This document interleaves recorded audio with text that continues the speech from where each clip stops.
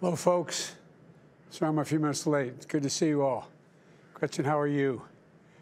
Understand we have another 95,000 people on this Zoom, but apparently there's a large number of folks. And I'm going to begin by thanking you all those of you I can't see as well, for signing on to help pass the infrastructure bill.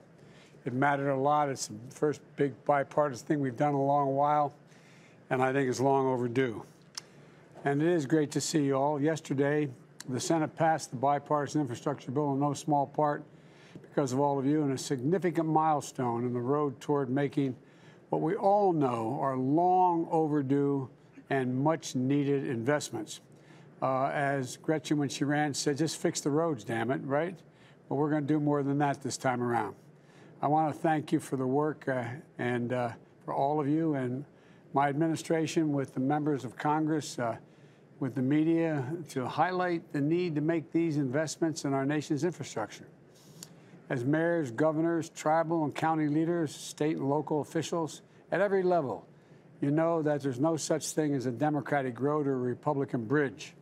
But you do know what's not working, and you know what it means to be accountable to the people you serve and to focus on solving real problems people are facing in your communities. But you also know that often states and cities and counties can't do it alone. They need the federal government to be a partner. Solving problems and being a partner is what we're supposed to be doing. That's the approach we've been taking with this bipartisan infrastructure bill. It's going to create literally millions of jobs, good-paying jobs, putting America on a path to win the 21st century global economy. And we're in competition with many other nations. It makes key investments to put people to work in cities, small towns, and rural communities. I believe it's a historic investment in roads and rail and transit and bridges, clean energy and clean water. And it's going to enable us not only to build back, but to build back better than ever before. Across America, more than 45,000 bridges are structurally deficient. Let me say it again, 45,000 bridges in America are structurally deficient. 1 out of every 5 miles of highway is in disrepair. And this bill makes the largest investment in bridges since the creation of the interstate highway system. You know, 10 million households and 400,000 schools, daycare centers, they lack safe drinking water. This bill is going to allow us to replace 100% of the nation's lead pipes and service lines so every child in America can turn on a faucet in their school or at home and drink clean water. That's what this infrastructure is all about today. We're going to need to build the infrastructure for tomorrow, not just today.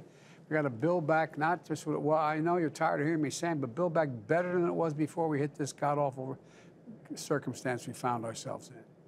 This bill is going to deliver high-speed internet to every American. It will build a national network of 500,000 electric vehicle charging stations. And here's another important part of the bill. Nearly 90% of the jobs created by this bill don't require a college degree. This is the ultimate blue-collar blueprint to rebuild America. And we're going to do it without raising taxes by 1 cent on anyone making less than $400,000 a year. That's why I wouldn't even support a increased gas tax. As we did with the Transcontinental Railroad and the interstate highway system, we're going to once again transform America and propel this nation into the future. Look, I believe that passing this bill will also do something else. It'll help ease the years of gridlock in Washington and show the American people that their government can and will work for them again. We're going to still have big disagreements, but it's happening at a critical time because now is the moment to build on our momentum. Folks, we've added more than 4 million new jobs since my first day in office 6 months ago.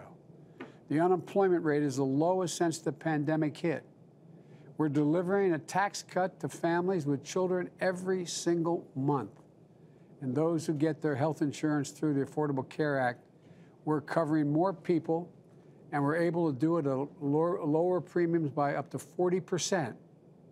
And it's a battle with the Delta virus. We have the tools, we have the vaccinations, we have We need to vaccinate more Americans and the tools to keep our economy growing and growing.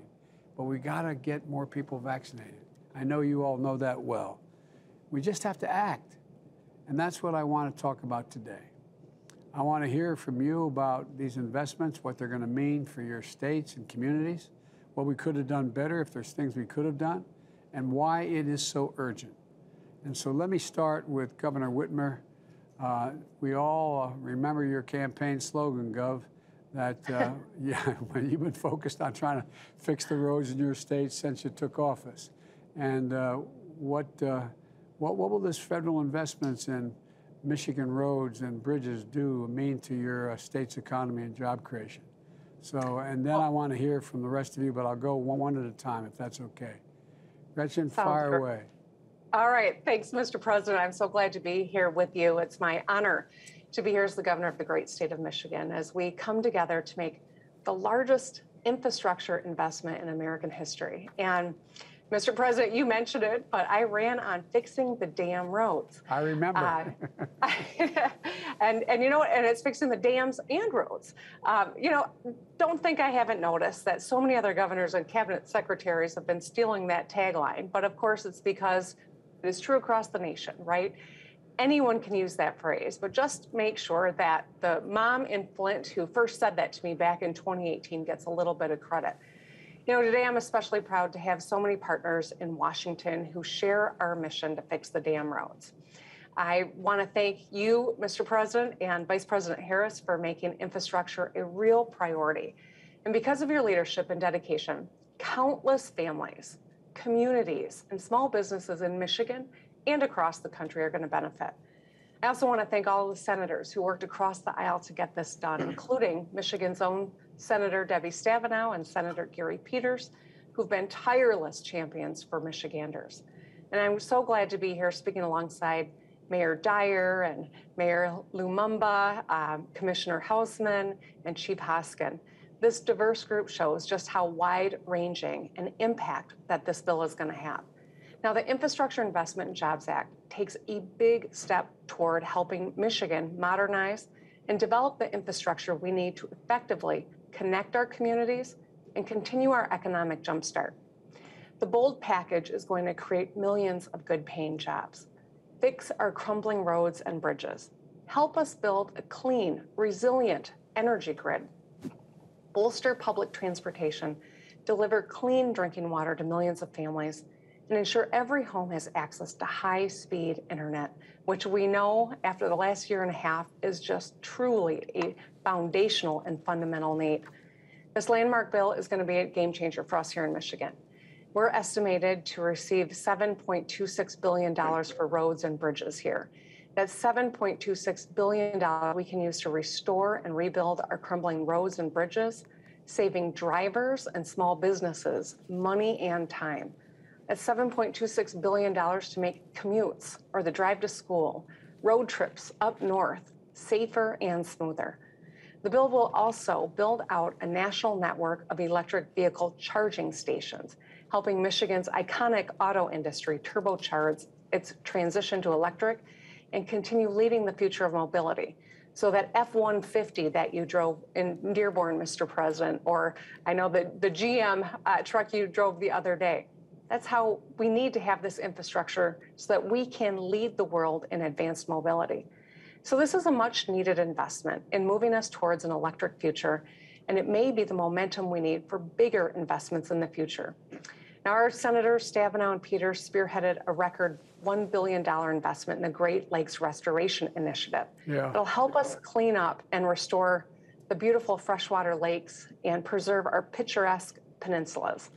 And finally, the package includes $10 billion to help us continue cleaning up toxic chemicals and contaminants from our water supply.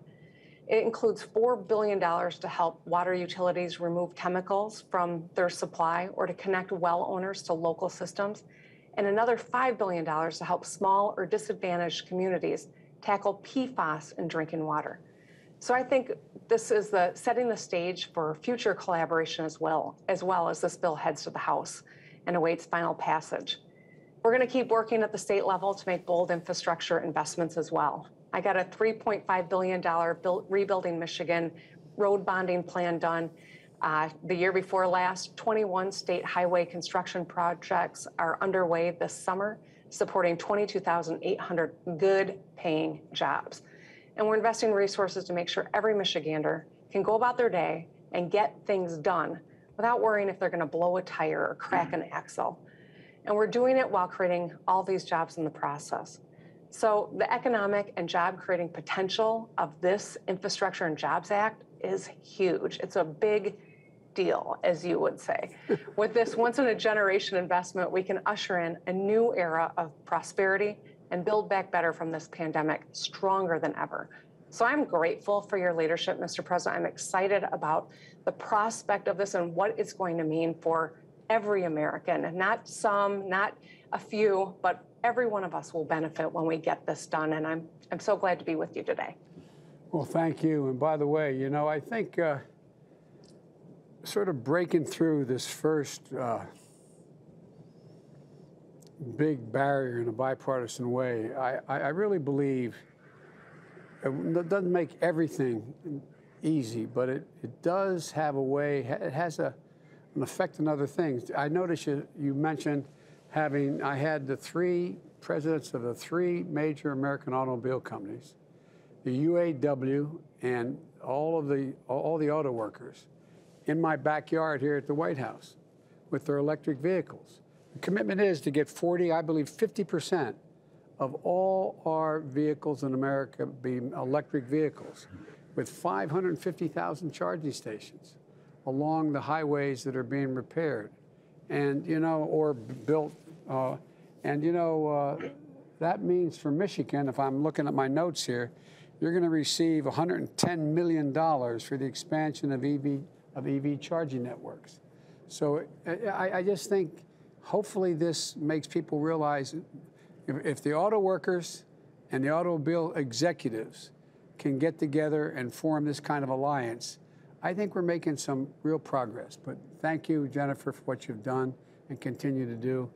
And Mr. Mayor, Jerry, I don't want to get you in trouble out in Fresno, California, for letting you know I actually like your Republicans, but you've done a hell of a job. I'm anxious to hear about your electric buses later, but anyway, the floor is yours, Jerry.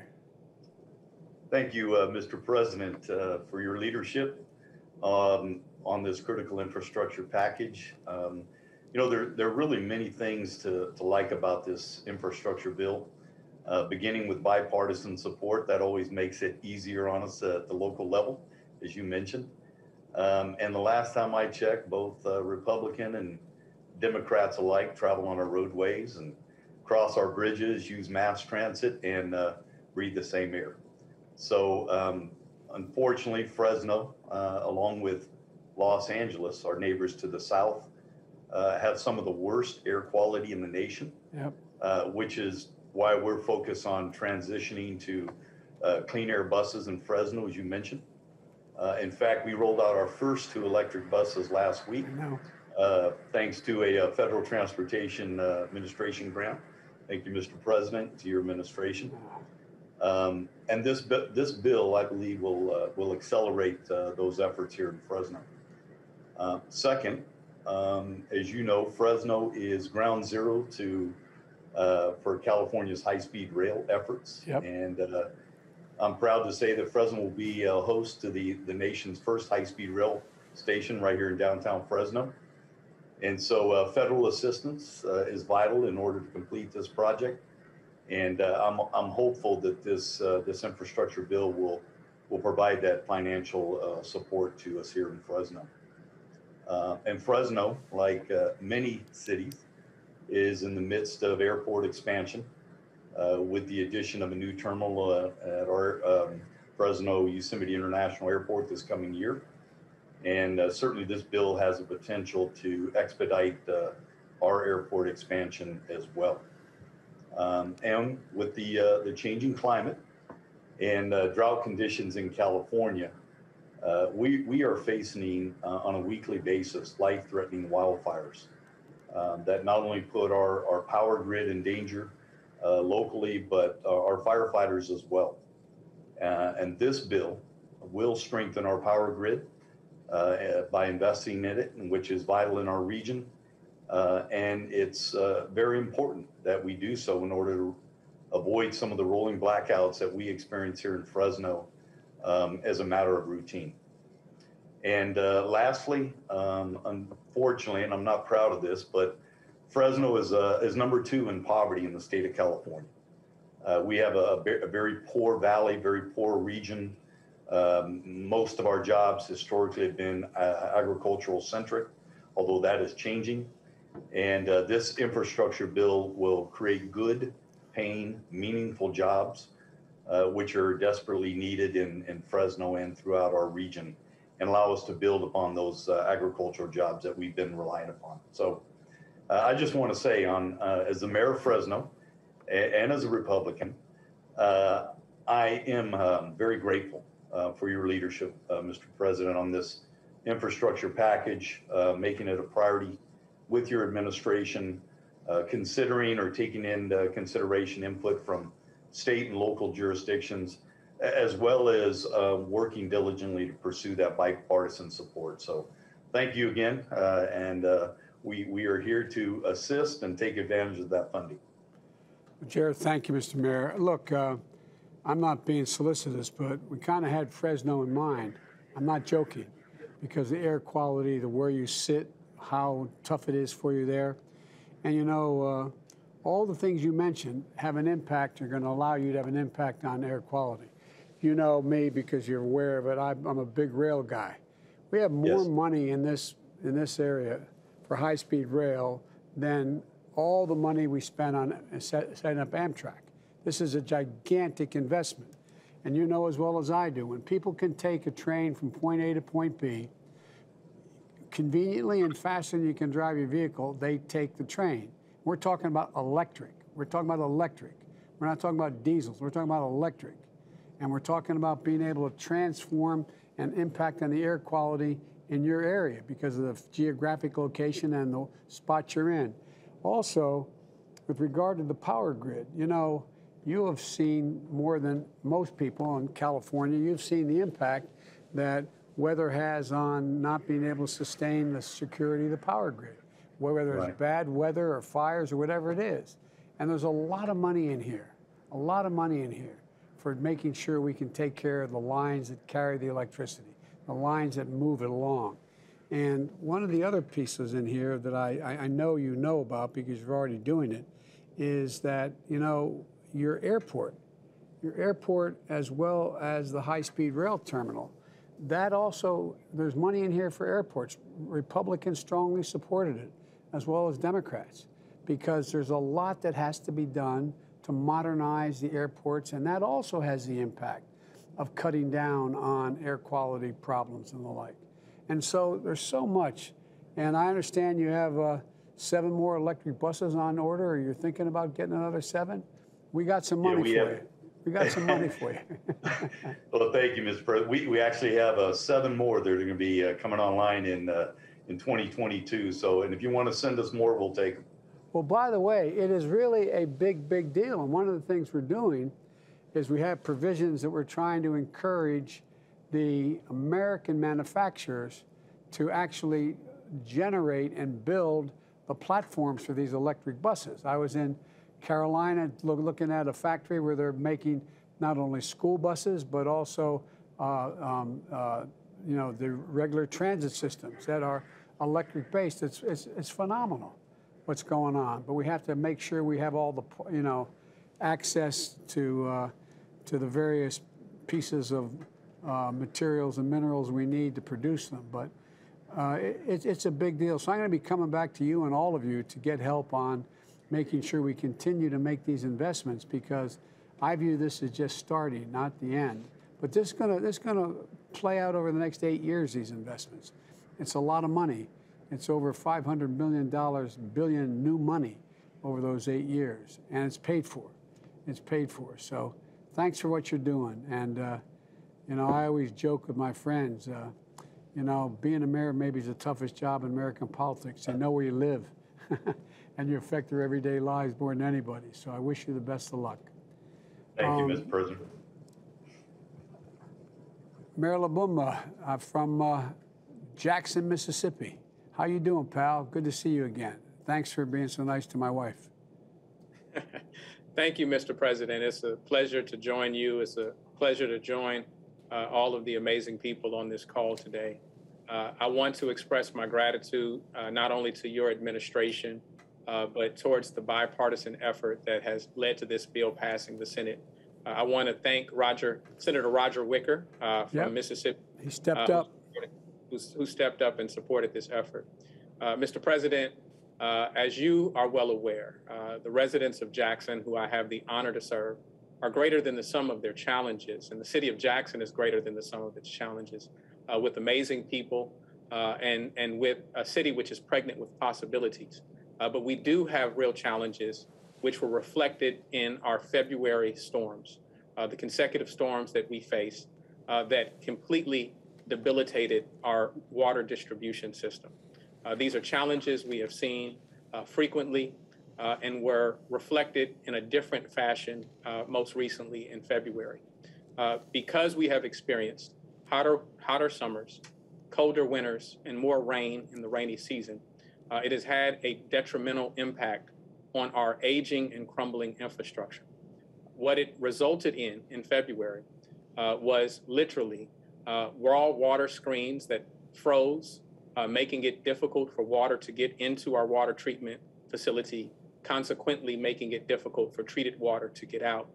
This led to thousands, tens of thousands of residents across the city of Jackson being without potable and non-potable water.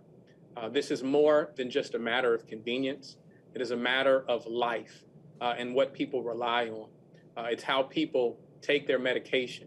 It's how people in the midst of a pandemic take care of their sanitary needs. And so this has been an extreme challenge, and I can't express enough my gratitude for your efforts and the bipartisan effort to see to this bill passing the Senate, and we look forward to its passage through the House. I believe that one of our principal functions as leaders who are responsible for the needs of our residents is understanding that budgets are moral documents which should reflect the values we have as a nation. We need our budgets and we need our economy to more than just reflect our aspirations of GDP and stock market metrics. They must meet sustainable development goals. And we must create a dignity economy, an economy which reflects the inherent dignity of every person. To be able to provide safe drinking water, a sustainable infrastructure, a resilient infrastructure, and might I add, an equitable infrastructure has to be a part of our plan to build back better. And so I want to once again express my gratitude for your hard work, your focus on this issue. When I met you during your campaign in Atlanta, Georgia, you stated that this would be a focus of yours, and I'm thankful for you holding true to that promise. Well, Mr. Mayor, thank you. You know, I think it's important that the other 1,600 or 1,700 people are on this call understand what you and others have gone through. You found yourself in a position in terms of water where it's estimated by our team that over the next 20 years, Mississippi drinking water infrastructure is going to require $4.8 billion in additional funding. And the Infrastructure Investment and Jobs Act includes $55 billion in investment to ensure clean, safe drinking water. And it's a right of all communities, as you point out. And the bill would eliminate the nation's lead-based service lines, which I know you and I talked about. And so there's a lot of goodness going on in here. And I say to Mayor Dreyer as well that we talk about, you know, the poverty rate of these towns. You know, we're going to be able to have all of you have full-blown internet that's affordable and available in rural and cities across the way. That's going to change the circumstance for people in those communities. Particularly those folks, so people don't have to, when they're, God forbid, we're back to having, you know, distance learning where they don't have to sit in the McDonald's parking lot to get access with their mom or dad to get access to the internet to do their work. So I just can't thank you enough. You've really gone out of the way to deal with the issues that we're talking about here. And I hope you're going to see a lot of benefit flow from this, because the idea, no more Flints, no more Jacksons in terms of water, because we're going to get this done with as my grandfather used to say, with the grace of God and the goodwill of the neighbors.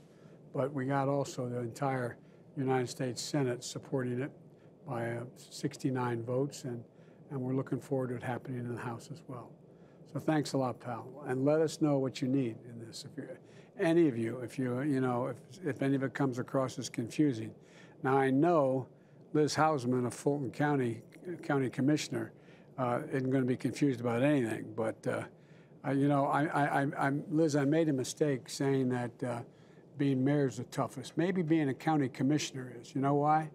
Because you knock on the door and say, "My name's Joe Biden, candidate for the county council," and they'll look at you and smile and say, "Yeah," and you know what they're thinking. What do you do? What does a commissioner do? Anyway, you have a hell of a job, Liz, and so why don't you tell me what's on your mind? And I know you taken a lot of Atlanta in your district. Atlanta's in our county, yes, sir. We have 15 cities, including Atlanta. Yeah. Well, fire away. The floor is yours. Well, Mr. President, first of all, it's an honor to serve the citizens of Fulton County, but it's a true honor to be here with you today as we have this important conversation about the future and improving our nation's infrastructure. So thank you for having me. Thank you. I'm coming from the state of Georgia, which prides itself in being the #1 state in the nation to do business. Along with that, of course, comes heavy traffic and congestion. For counties across the country generally, this is an important conversation as we are tasked with directly supporting 78% of the public transit systems across the United States. So this $39 billion in new investments is greatly appreciated and will be very impactful to the services that we provide in the public transit arena. Counties invest over $23 billion each year in the operation, maintenance, and construction of transit utilities and mass transit systems, including subways, surface rails, and buses. That's all to say that counties play a critical role in the nation's transportation and infrastructure network, and we appreciate all the work that has gone into the creation of the Bipartisan Infrastructure Investment and Jobs Act. Here in Fulton County and the 13-county Metro Atlanta region, we have done extensive planning for expanding our transit system, including site visits with our county and city leaders to transit assets of other major metropolitan areas. And our state has legislatively created a regional authority to coordinate efforts with existing transit agencies across our region. Unfortunately, we do not have the resources necessary to implement those plans. So we're especially pleased to see the increase in the Small Starts program project eligibility from $300 to $400 million, along with the increase of $50 million in the federal match.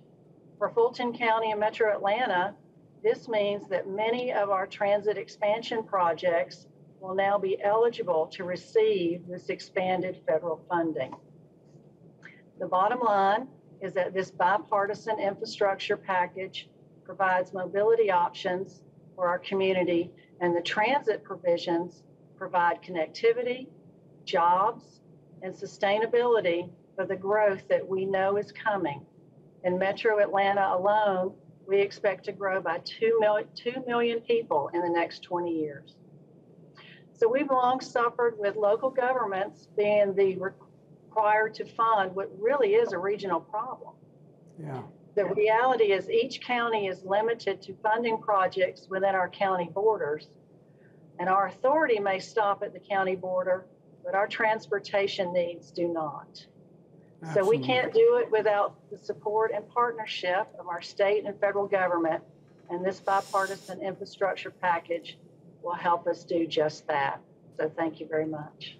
Well, thank you. Look, what usually is, I know all of you understand this, and the other over 1,000 people on this call understand local officials is that when you talk about the commute times and public transportation, you know, in Georgia, public transportation spends an extra, those on public transportation spend an extra 74.1% of their time commuting, and non-white households are 3.9 times more likely to commute on public transportation.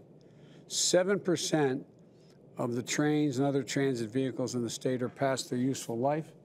And based on the formula funding alone, Georgia would expect to get $1.4 billion over the next 5 years, a significant portion of which would be in your county, under the Infrastructure Investment and Jobs Act to improve public transportation across the state. When you spend that much time commuting, all of you know this, it costs taxpayers, it costs those commuters a lot of money. For example, the average Georgia driver on average spends $375 a year in costs due to driving on roads that need to be repaired. You have a circumstance in your state where 374 bridges and over 260 miles of highway are in poor condition. So it all comes down to being able to move and move without creating additional pollution and generating the ability to move safely and do it in a way that will significantly increase business opportunities and the like. So having been a county official myself, I know that it's hard to convince people that because you overlap cities and towns and the like, that you know, it all affects you. You don't have it all. So thank you for your support, and I think it's going to be very helpful, I hope. Thank you. I'm glad to hear you've got Georgia on your mind, Mr. President. Well, I do for more than one reason. Look, and I finally want to turn to Principal Chief Chuck Hoskins, Cherokee Nation in Oklahoma. Principal Chief Hoskins, your administration has invested millions of dollars to bring high-speed internet to Cherokee Nation, especially rural Cherokee communities. How will the additional tribal broadband resources support your tribal citizens, or whatever else you want to talk about? But it seems to me that ought to be that should be of significant help to you, I hope. It is. Thank you, Mr. President. It's a great honor to be with you and with all the leaders on this panel. This bill is important for the country, but I want you to know that the bill is important to me because you didn't forget Indian country. This bill overall has more than $11 billion in investment in Indian country. That is historic, potentially transformational investment for tribes across this country. That's very important. Indian nations. Indian nations across this country working as sovereigns to sovereigns with the United States. For us, broadband is a high priority. You know, no Cherokee kid ought to be going to school without access to high-speed internet. No elder ought to lack access to the kind of telemedicine that we're making available to our people because they live in an area without connectivity.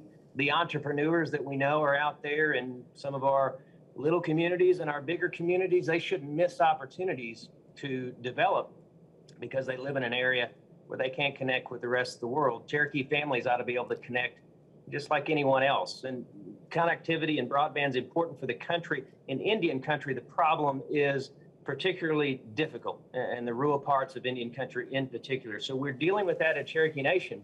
We've already, as you indicated, have invested heavily into that cause for the reasons that I mentioned. But there's another reason, which is that if a lot of these small communities in these rural areas wither on the vine because they don't have broadband and a chance to succeed in the new economy, that means Cherokee lifeways and culture and our language withers on the vine, and we can't let that happen. So this is an important moment for the Cherokee Nation.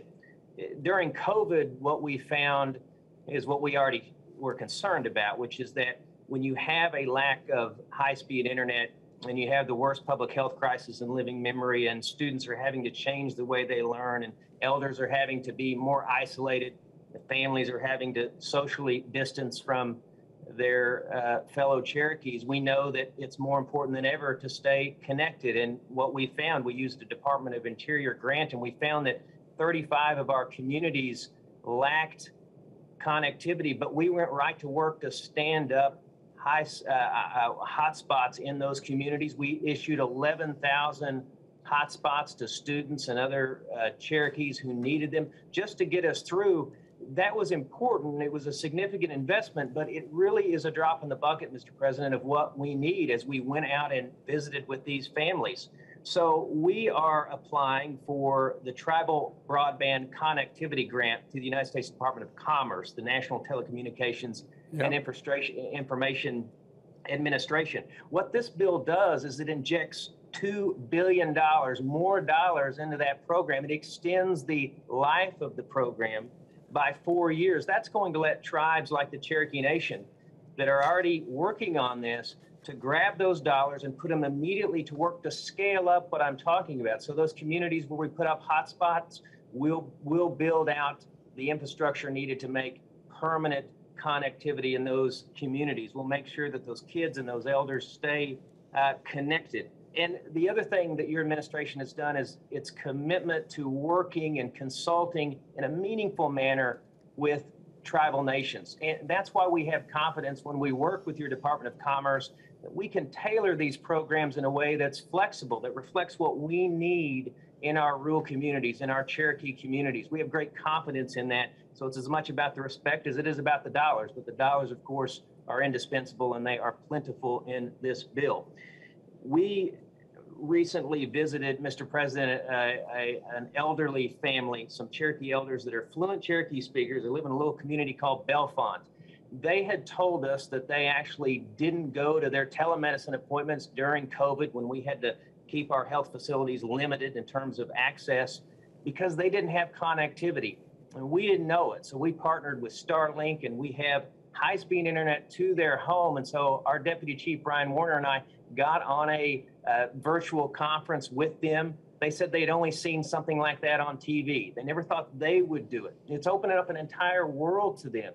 And what it told me, Mr. President, and what I think it tells a lot of tribal leaders is that we have a chance to get a foothold in the economy for our people.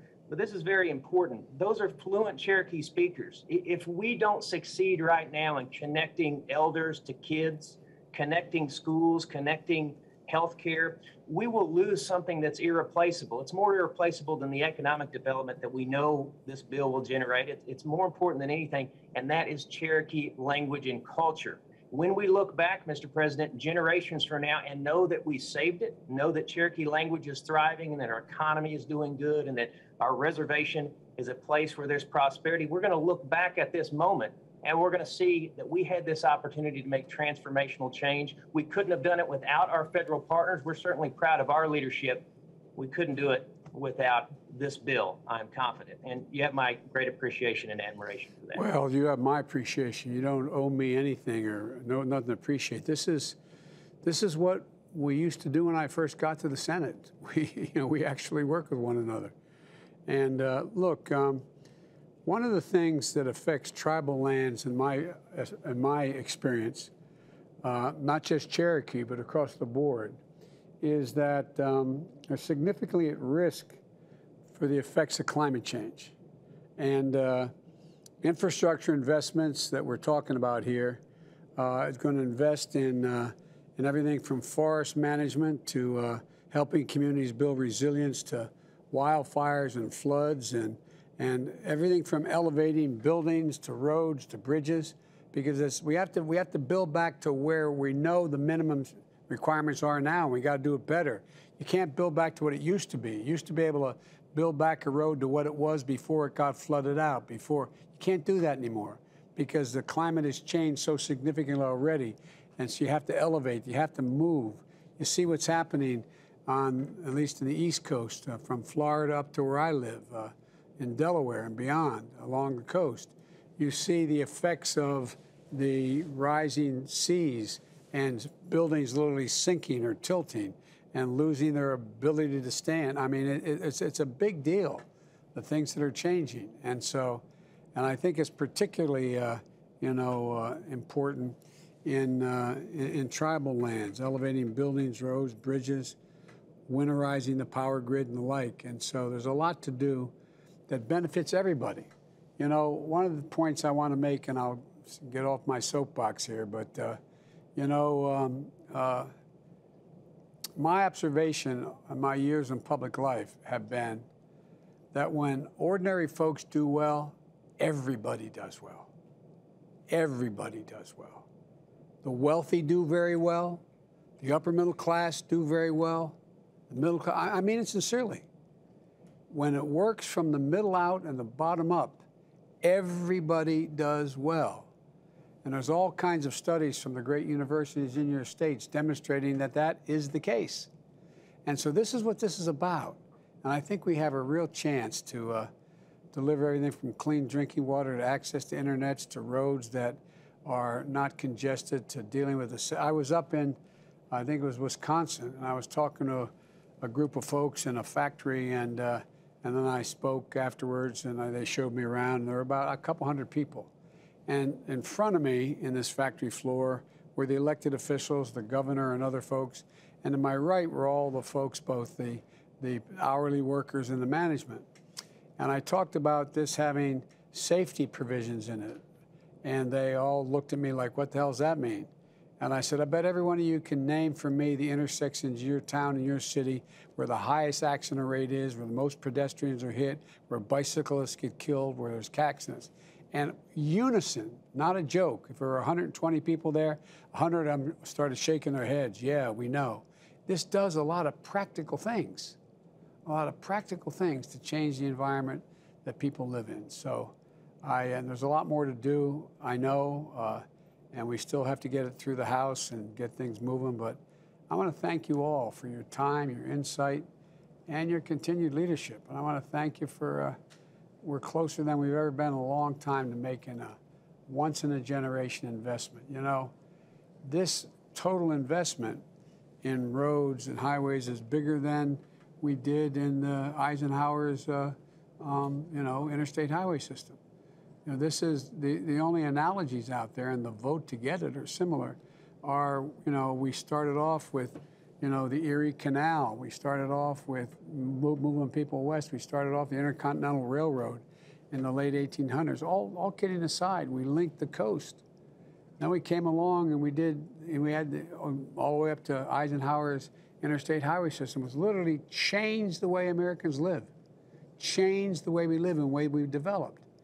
And now we're investing as much money or more money to do those kinds of things that can make us better connected and also give us more breathing room and clean the air a little bit. So I want to thank you all, because almost all of you, I think all of you, signed on to the bipartisan effort of mayors and as well as other state and county officials to support this. And I promise you, we're going to stay on top of making sure, as long as I'm here, that it gets out swiftly, and it gets out economically, and it gets out in a way that builds this country. And I know I got criticized when I was running. So I said I was running for 3 reasons. 1, to restore the soul of the country. 2, to rebuild the backbone, the middle class and working class people in this country, not leave them behind. And thirdly, to unite the country. I know a lot of people are skeptical, but we can do this. We can do this. We're going to disagree in philosophy on some of the things, but we can do this. I'm convinced we can. And by the way, I'm going to say something that has no direct immediate bearing on what any of you are dealing with. But when I was over in the NATO conference, or I was over for the G7 with the largest industrial nations in the world, when I had a summit with Putin, and I'm about to go do the same thing in terms of the G20. You know what affects the attitude of the rest of the world about the United States? Can we still get things done? Not a joke. Not a joke. That's right. When I went over, I said, with those 7 leaders, I said, we're back. And the response was, for how long? For how long? You guys can't get anything done. I'll conclude by saying that, when I won, just because of my Irish background, heritage, they were ringing bells in Ireland and painting my picture on the side of buildings and the like. But the Taoiseach of Ireland, the Prime Minister of Ireland, said something just before I got sworn in that made a lot of sense. He said, I'm not sure what America can do anymore. They can't even deal with COVID. They can't lead anymore. That's what the world's looking at us. They're wondering. And you got guys like Xi Jinping and Putin who think the answer is autocracy because democracies can't get together. The world is changing so rapidly, so rapidly. We can't get together and answer the big, tough questions. I really mean it. I'm not joking. I promise you this is what your children and grandchildren are going to be writing about in their senior thesis in graduate school. And we got to make sure we can demonstrate we can get things done. And it can't be done by one party. So thank you all so very, very, very much. And as I said, as my grandpa would say, with the grace of God, the goodwill of the neighbors, and the creek not rising, we're going to get all this done. And I hope you all take a look at my Build Back Better plan that has to do with a lot of other pieces that the Senate just agreed to move forward on. You may not agree, but take a look at it and see if any of it has a value to your communities, okay? Thanks, everybody. I really do appreciate it. Thank you, thank you, thank you. Thank you, Mr. President. Thank you.